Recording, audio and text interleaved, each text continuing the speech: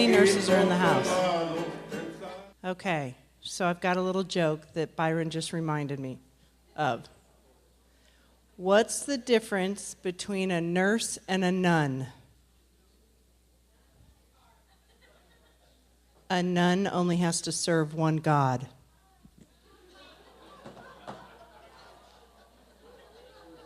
Woo! Woo! Sorry for my physicians that are in the room.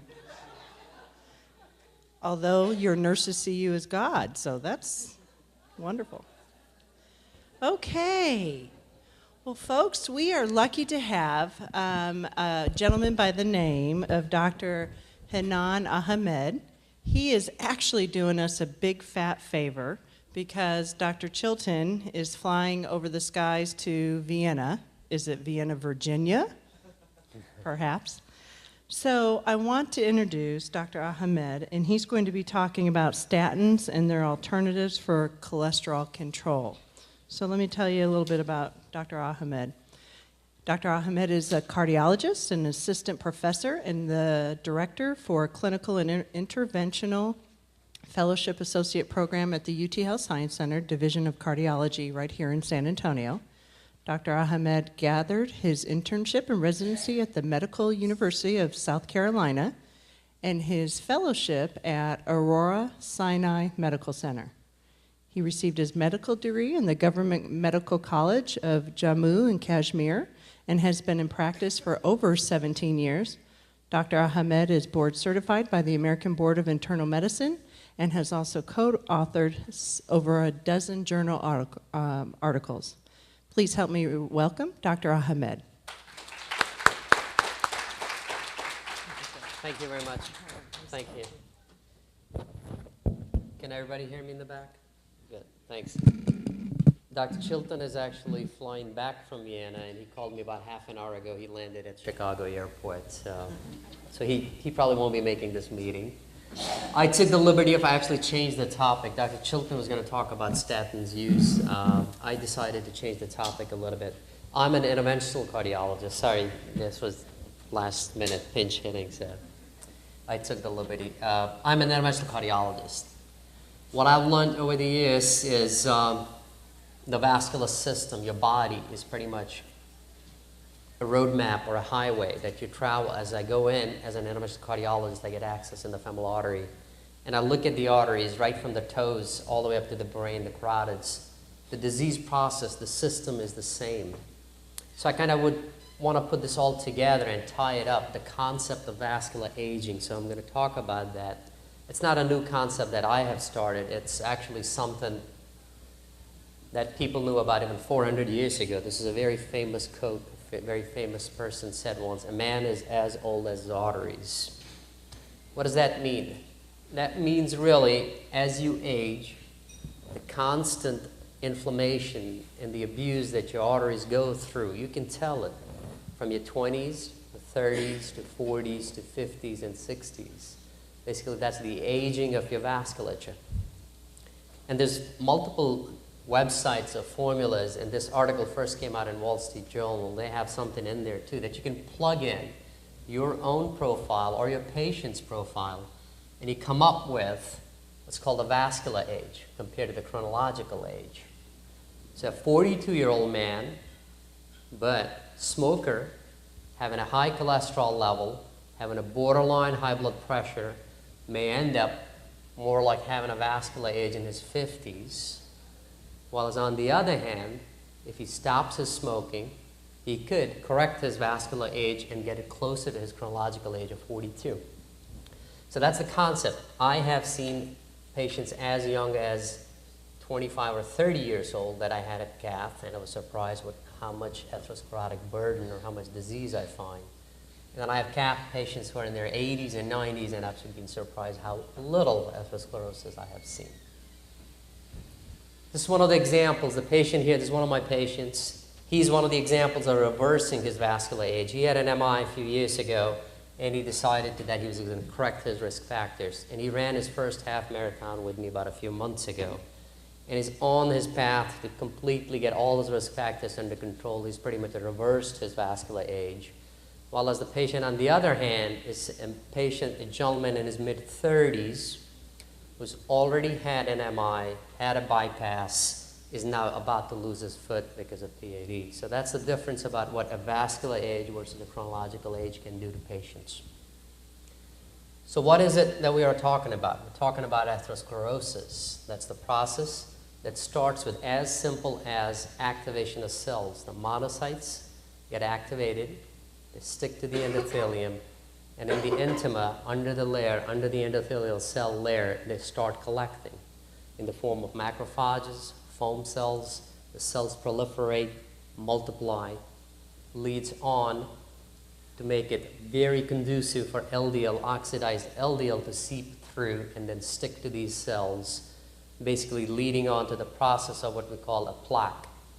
An atherosclerotic plaque takes years to build up, but then it comes to a point where it becomes a vulnerable plaque. A vulnerable plaque is basically a plaque that is covered with a very thin layer of cells, and any sort of stressor, most often a physiological stressor as in exercise or heavy exertion, or even an emotional stressor, can break this plaque, and the plaque will rupture, and it can lead to acute ischemia.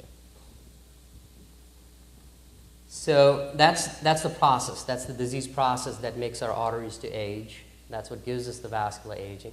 The few things that I want to drive home today, there are multiple risk factors that lead to this, and it does affect the whole vascular system. It is a global burden. Every country, everywhere you see this is a big problem. We have made progress in treating this disease, and it's a team approach. This is a 2014 update. It just came out a few months ago.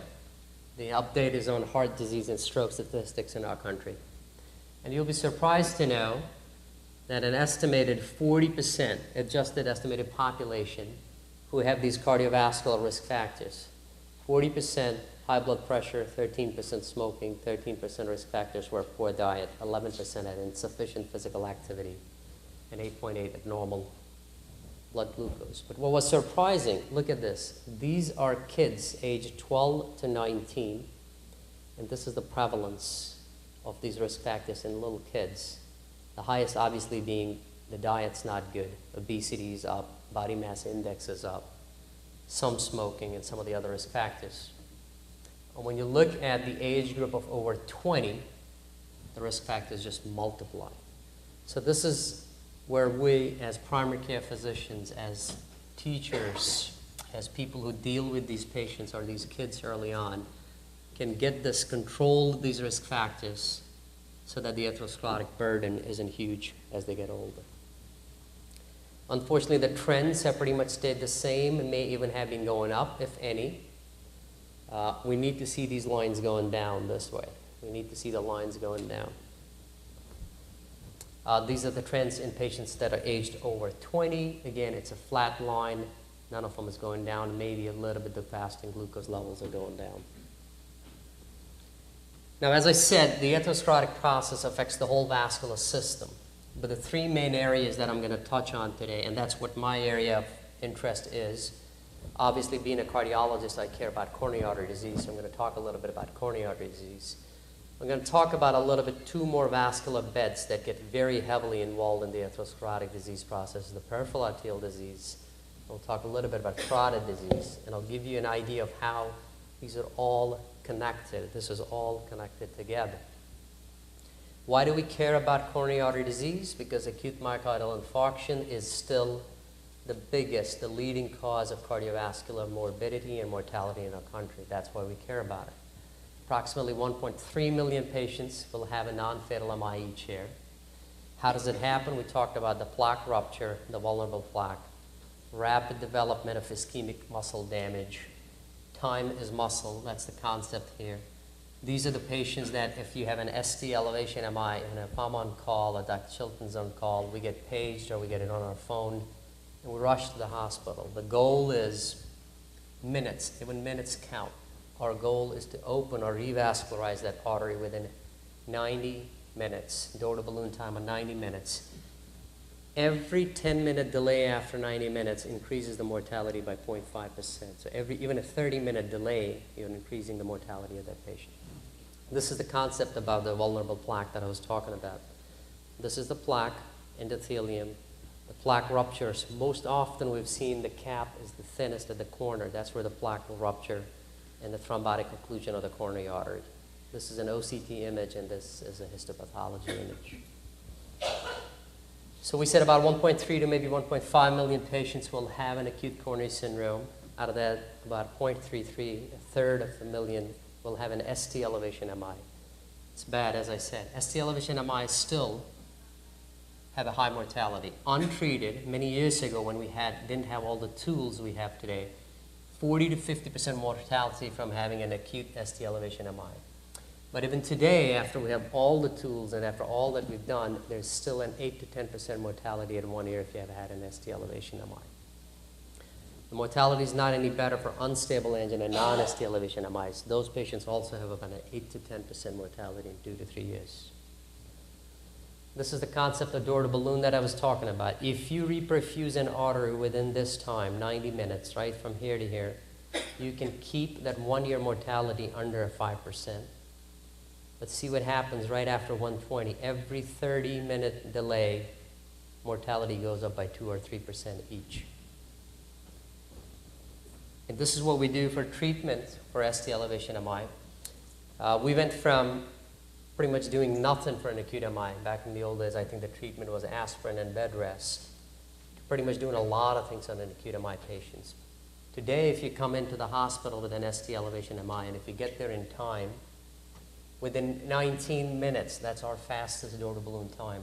From the time the patient came in to the ER door, walked in through the ER door, 19 minutes later, I'm taking my gloves off and I've ballooned and stented the artery. That's how fast we've done some of these.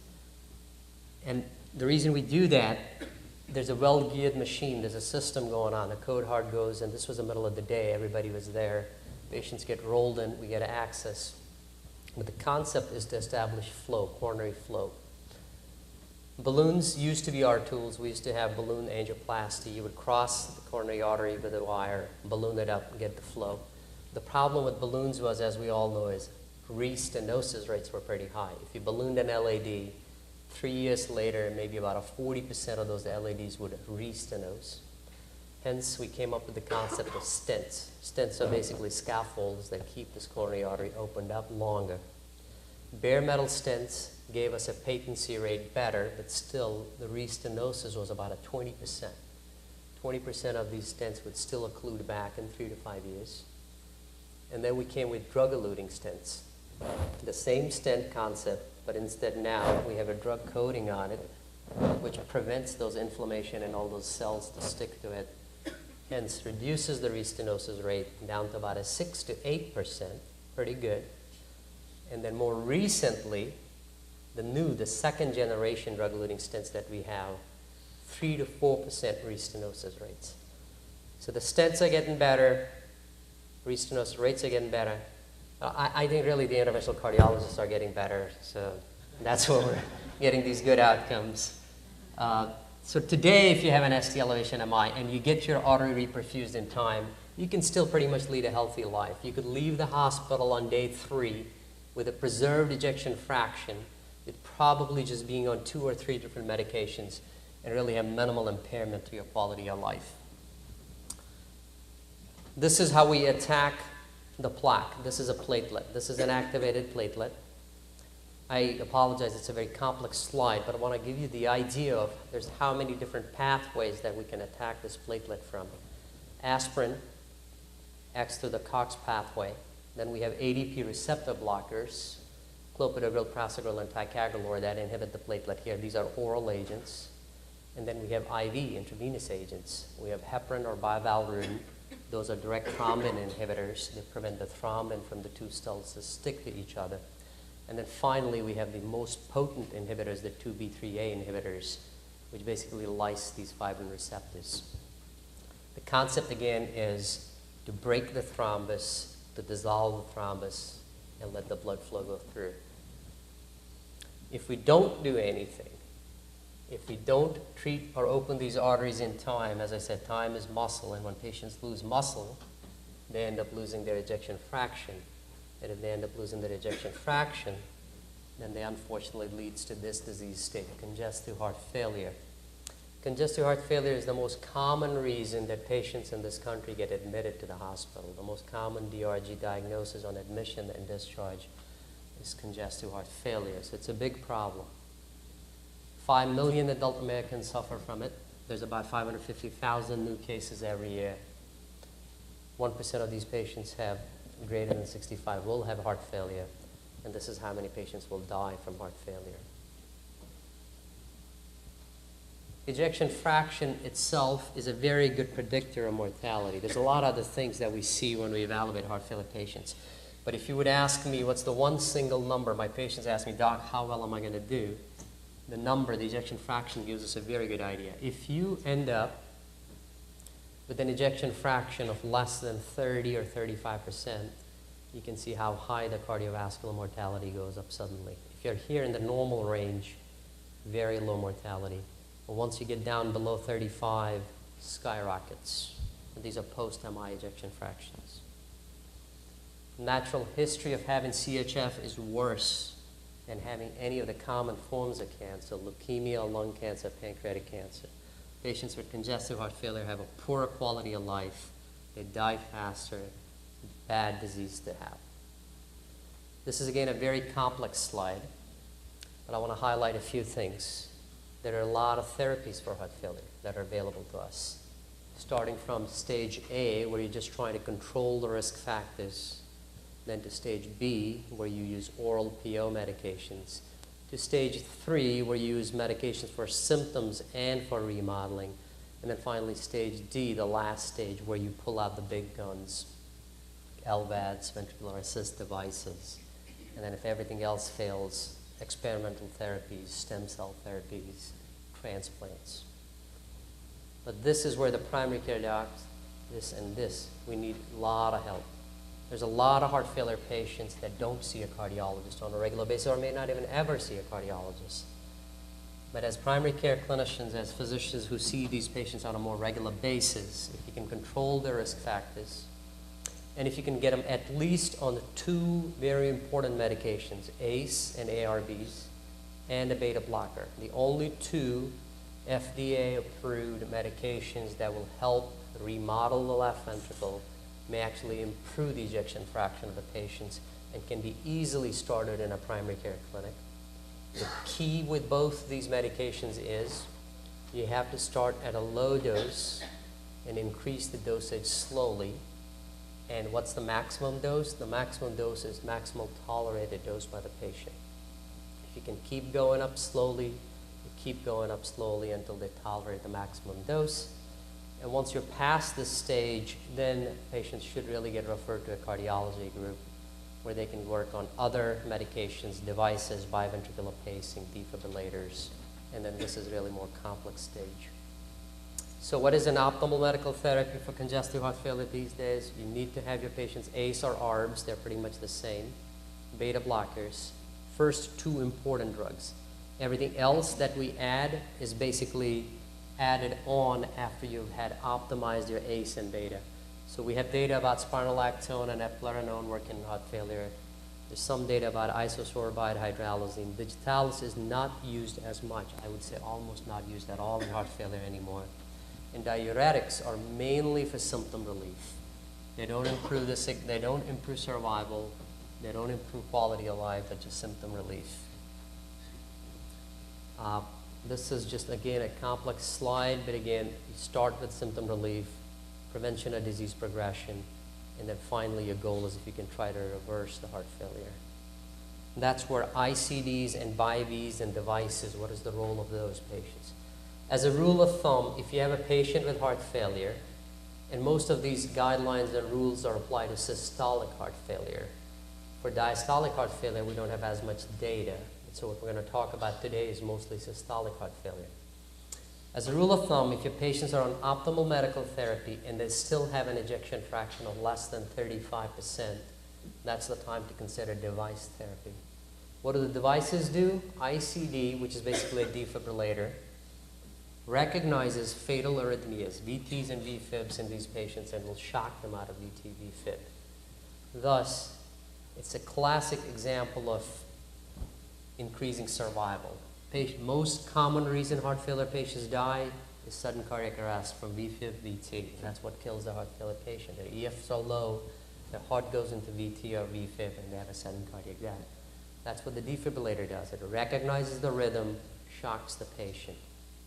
Indications, again, as I said, less than 30 to 35 EF, optimal medical therapy, and they have classic symptoms of heart failure.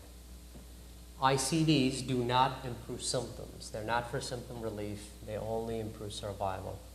While as a biventricular pacer, a BiV pacer, on the other hand, the term BiV pacing is also called cardio resynchronization therapy. What you're trying to do is the heart becomes an inefficient pump. In congestive heart failure, instead of having a synchronized contraction, instead of having an ejection fraction, your walls are kind of moving randomly because half of the wall is dead. Some of it's moving in this direction, some is moving in this direction.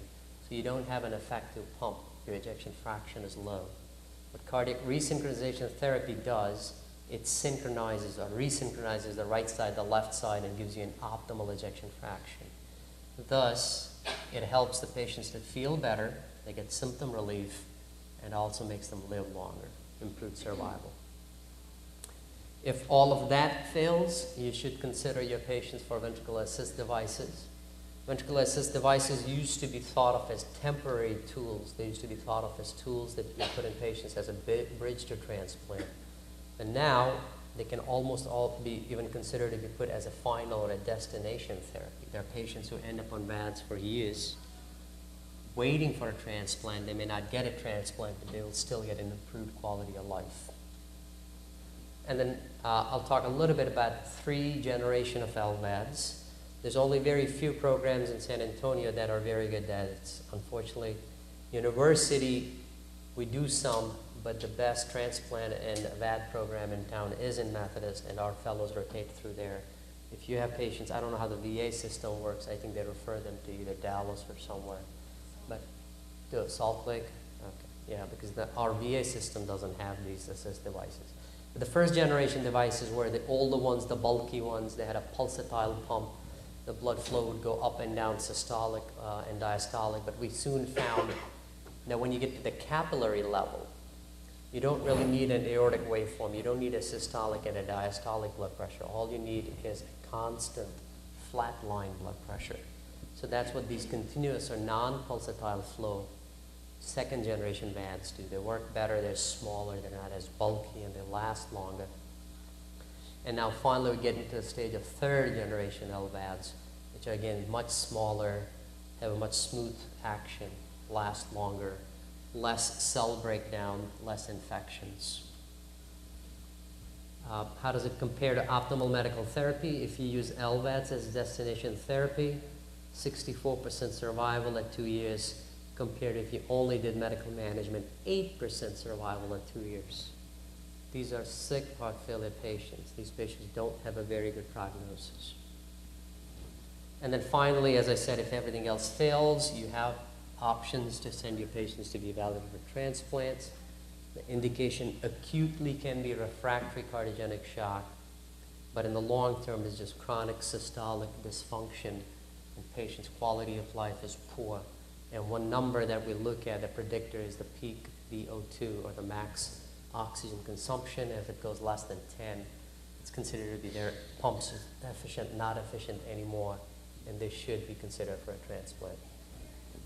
All right, switching gears. One of my personal areas of interest when I trained was, in addition to coronary artery disease, was limb ischemia, leg, peripheral arterial disease. And I didn't train here. I trained up in Wisconsin.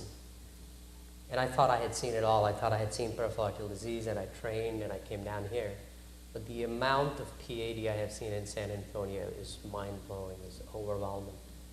I don't know if you guys knew this or not, but San Antonio is, and has been for the last 7 years, the highest amputation rates in the country. We're almost joked as being the amputation capital of the world. The highest number of per capita amputations that happen in any major city in the United States happen in San Antonio. Most common reason patients get amputations is peripheral arterial disease. The most common reason they get amputated is because the patients don't get recognized early, they don't get screened early, and they don't get treated early. By the time they come to see us, it's usually very late. This is the sequence. This is again from guidelines. Your initial presentation of PAD can be 50% asymptomatic, and these are the patients we miss. They can be they just adapt to their lifestyle. They start getting heavy in the legs, they start getting claudication, so guess what do? They just stop walking, they just don't go out anymore, they just don't do what they used to do, and they think everything is fine. And we don't ask them, we don't push them, how much do you walk? Do your legs really hurt? Do your legs get heavy? So 50% of these patients will escape you, they will have no symptoms. Another 40 to 50% may have atypical symptoms. They won't have a classic claudication. Classic claudication is you walk, your legs get heavy, calf muscles get heavy, and you rest and it goes away. It's almost like a leg angina. But only 10% of those patients will have that. And then very few, 1 to 2% will present, their first time presentation will be CLI, critical limb ischemia, which is basically ulcers or wounds or infections in the legs and the feet. They're not getting better. But look at what happens to these patients, unfortunately. At 1 year, half of them are only alive with both limbs, while as the other half have either had an amputation already or are dead already. Very high-risk patients. We need to recognize them early. We need to control the risk factors. We need to get them started on treatments. And what happens to the rest, the asymptomatic ones and the atypical ones, by 5 years, they pretty much all have the same outcomes of amputation and cardiovascular death. Having symptomatic claudication is as bad as having an MI. Normal subjects, survival versus asymptomatic PAD versus symptomatic and then versus severe symptomatic, survival is about a 25%. Bad disease to have. As I mentioned earlier, this is all connected. There's a huge overlap. If you go to a cardiology clinic, a third of the patients who have coronary artery disease will also have peripheral arterial disease. The other way around, it's even more impressive. 60 to 70% of patients that have peripheral arterial disease will end up having coronary artery disease as well. And this is the combinations of CAD with cardiovascular, with carotid disease, with PAD. The point I'm trying to make is there's a lot of overlap, a lot of overlap. This article came out about a year ago in USA Today, and this is the headline here. It's pretty impressive by itself. Peripheral arterial disease skyrocketing worldwide. This is the first time we recognize that this disease is not only a US problem, it's prevalent all over the world. And we also found that it affects any country, any age group, male and female, any continent, there's no difference. And it's still an under-recognized problem. It's still a population that we don't serve that well. CLI, we talked about that, how bad that is. 20% will be dead, 35% will be alive but will have an amputation. Only 45% will be alive without amputations. This is a 6 months outcome. It's pretty bad. Acute limb ischemia is a very severe form of PAD. That's when your foot turns cold, has no pulse, has no sensation. It's the 5 Ps: pain, pallor, paresthesias. That's an emergency, as in you have to reperfuse that leg within the first 12 to 24 hours. So the urgency in the coronaries and the stroke is much higher. You want to get the brain and the coronary arteries perfused very quickly. But the legs as well, you don't want to wait too long. If you wait longer than 12 to 24 hours on somebody who's having leg ischemia, they may end up with, unfortunately, necrotic and gangrenous changes in their foot, and they will lose their foot. How do you evaluate these patients? As I said, if you see them in the clinic and you know they have the risk factors for PAD, you ask them for the acute symptoms, and then you ask them for the chronic symptoms. Do their legs hurt? How much they'll hurt? How much can they walk? Have they decreased their activity level recently? Why don't they do as much as they used to do? Questions like that. This is evaluation of acute limb ischemia. I'm going to skip that slide. These are guidelines of how to treat. We treat these. I work at both the VA cath lab and the university cath lab. We do, as I said, a lot of coronary work, and we do a lot of peripheral work. If there is an acute limb ischemia patient, we'll bring them into the lab very quickly. And we have the same tools that we have for the coronaries. We have guides and catheters, lysis catheters, so we basically try to suction the clots out, establish flow. This is the end stage, which we don't want. This is what we're trying to avoid, is amputations. Unfortunately, amputations are still on the rise. These are US amputations, and most common reason is vascular problems that patients get amputations. It's projected by 2050, the amputations are only going to keep going up. This disease is still very prevalent. The risk factors are there. We're trying to get a little bit of handle on this, but we still haven't gotten a complete handle on this. So from 2010 to 2050, no matter what projections you look at, the rates of amputations are still going to keep going higher in this country. Another study that showed the 3-year outcomes, if you get one amputation, a transmet or a toe or a BKA amputation, your chances of getting another amputation increases every year, and then unfortunately your chances of cardiovascular mortality and morbidity increase every year. Amputations are a huge burden to our society. The costs of amputations are right here. We don't think about it. We think about, all right, well, patient's going to get a BKA, maybe they will fit a prosthesis and he'll go back to work. No. 80 to 90% of patients after they get that first BKA never get back to a normal life. 80 to 90% of those patients will either, half of them will get a prosthesis, but half of them won't. That already makes them disabled. About 80% of them will never go back to work. And then about 70 to 80% of them will need home health, disabilities, wheelchairs, ramps. It's a huge cost to the society. It's a burden. It used to be, well, why do I want to do an angiogram? Why do I want to do a vascular? Why do I want to waste money? We're not wasting money. To save a limb, you're going to save a lot of cost to the society, to the healthcare, and you're losing productive members of the society. And amputation basically means that patient won't work again. 80 to 90% of those patients will never ever go back to work. What's the good news? We are, as I said, making progress. We have both options of surgical bypass for lower limbs, and now we have many good tools for endovascular treatments of lower limbs, and the treatment options are going up. So endovascular treatments from 1996 to 2006 are getting up. And we have made some difference. I was actually a month and a half ago, August, in Chicago, the national meeting on amputation, AMP, amputation prevention. And we looked at the trends and we looked at survival. San Antonio, for the first time, the city of San Antonio is showing some improvement. Our amputation rates have steadied. They're not going up anymore. But our goal is to actually get them down. And then the final vascular bed that I want to touch on, the same disease process. And the reason I put them in this sequence, that's how I have seen my patients do it. In their mid-50s, they get the first heart attack. In their 60s, they start losing their limbs. And then in their 70s, that's kind of the disease progression. Actually, honestly, in San Antonio, it's almost in the 40s they get their MI, in the 50s they get PAD, and in their 60s they get the stroke. It was much different where I trained. We used to see 50s, 60s, 70s. I think here the disease starts almost at like 10 or 20 years before it does anywhere else I've seen. Strokes, #1 cause of morbidity, and is the 3rd leading cause of death in this country. A lot of strokes, 600,000 per year. Most of the strokes are due to carotid artery disease, the same concept of atherosclerosis growing in the carotid arteries. We have options, but they're not applied. Carotid endarterectomies, which could help or prevent strokes, are only performed in 50% of eligible patients. We're missing a lot of these patients. We're not screening them properly. We may not be asking the right questions. We may not be offering them the right treatments.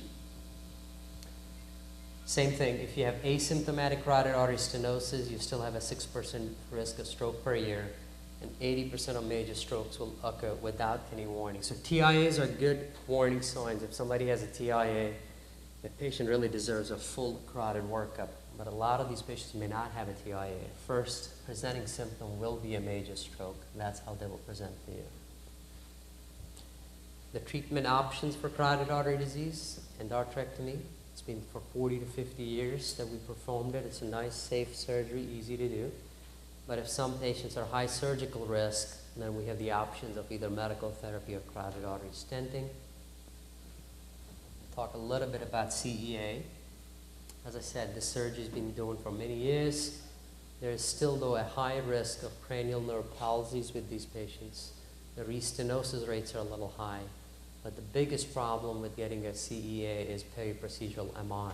These are patients, what we call our vascular paths. If you're going to have carotid artery disease, there's a very, very high chance, high probability you have coronary artery disease. That puts you at a very high risk for getting the surgery. A lot of these patients should be evaluated very carefully before they go.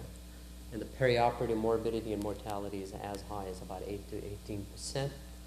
The second option we provide or offer is carotid artery stenting. It's the first few studies that came out that compared carotid artery stenting to CEA in patients that were considered to be high risk for surgery. If you were high risk for surgery, you did equally well with carotid artery stenting. A lot of studies showed that Sapphire was one of them, Crest was one of them. And then more recent data is even for moderate surgical risk patients, carotid artery stenting can be offered. It's a decision that, again, should be made as a team. I think every carotid artery patient should be evaluated for both options, and then it should be offered to him which we think should be the best option for that patient. What we know is as patients get older, around the 80 mark, anything you do is going to be high risk with them. Carotid artery stenting is high risk, while a CEA is high risk in those patients as well. So what in my kind of mind, when I'm thinking about somebody who I consider to be higher surgical risk for carotid endarterectomy, are these criteria: age, history of CHF, history of active chest pain, angina, anybody with coronary artery disease that involves the left main, anybody that has multivessel disease, CHF, ejection fraction less than 30%, recent MI. So you can see the trend here. Anybody with bad coronary artery disease is obviously not going to do well with a CEA. And then some anatomical considerations. If the stenosis is pretty high up in the neck or it's very far below down, they won't do well with an endarterectomy. On the other hand, what are the patients that are considered to be high risk for carotid artery stenting? Age, again, as I said, makes you high risk for both. But if you have a symptomatic patient, which means patients having active TIAs or active strokes for the first 14 days after their stroke, or the first 30 days actually, they are going to be high risk for any intervention that you perform on them. So you have to be very careful with patients having an acute stroke. Then the anatomical features. So when we do carotid stenting, the axis is still the same. We'll go through right common femoral artery, traverse the arch, and then instead of going into the coronaries, we turn the catheter other way and we go into the carotid arteries. But you can imagine anybody who has a complex aorta, has a lot of atherosclerosis in the aortas, are going to be very high risk with anything we do in the aorta. These are the guidelines. The guidelines recommend class 1 for endarterectomy for 50 to 69% stenosis in symptomatic patients, 70 to 99.1. Stenting is class 1 in both these two. Asymptomatic patients is where it gets a little tricky. If you have an asymptomatic patient, basically no TIAs, no strokes, then you could offer them medical therapy. Medical management is good to offer, but you could offer them endarterectomy as a class 2A, stenting as class 2B. There's a huge study ongoing right now. So we talked about CREST 1. There's a study, CREST 2, and University Hospital. We're hopefully going to be one of the centers. They're looking at centers right now to enroll. And hopefully if we get that study, I'm going to be leading, I'm going to be the PI for that study at the university. CREST 2 is going to compare medical management to CEA, to carotid stenting in asymptomatic patients, and then we're going to see which option is best for these patients. I'm going to end here. I don't know how I did on time, Mark, but I'll be here to take any questions, please. Thank you very much.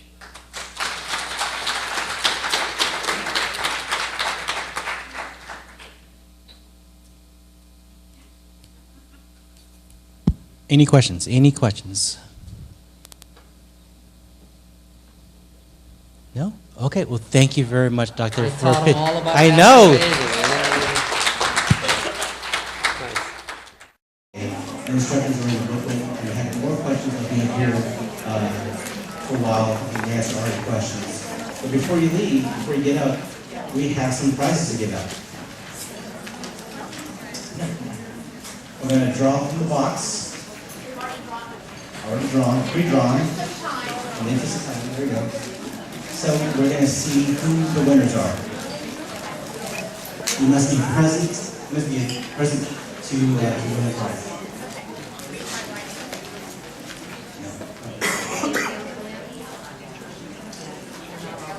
Jendale Wynn. You win a prize. It's a $10 gift card to Alma Nutrition. Normally that buys 2 shakes. Awesome. Thank you. Yeah, thanks for being here. Rhonda Jones. There it is. You win a gift card of $20 to Lee's Chinese Garden. Okay. Okay, Rhonda. Okay. Rhonda. Norma Diaz. Norma? Norma. There. Thank you. Norma wins a gift card for $19 to Sabios Mexican restaurant. $1 tip. Ruth Lilibet. Ruth, you win homemade jewelry from C2M Sales.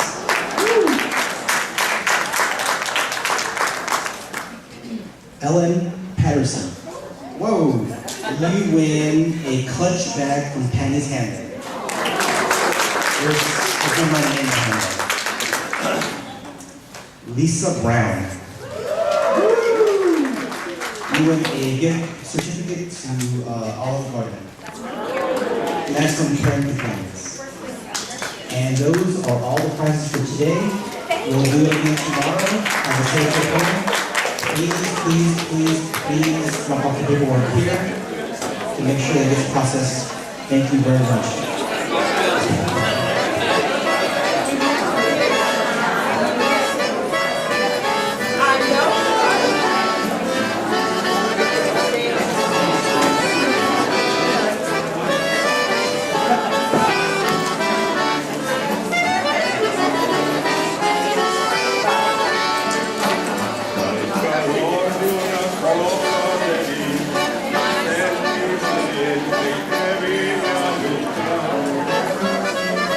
Hey, Dr. Yee. Paper. How's it going?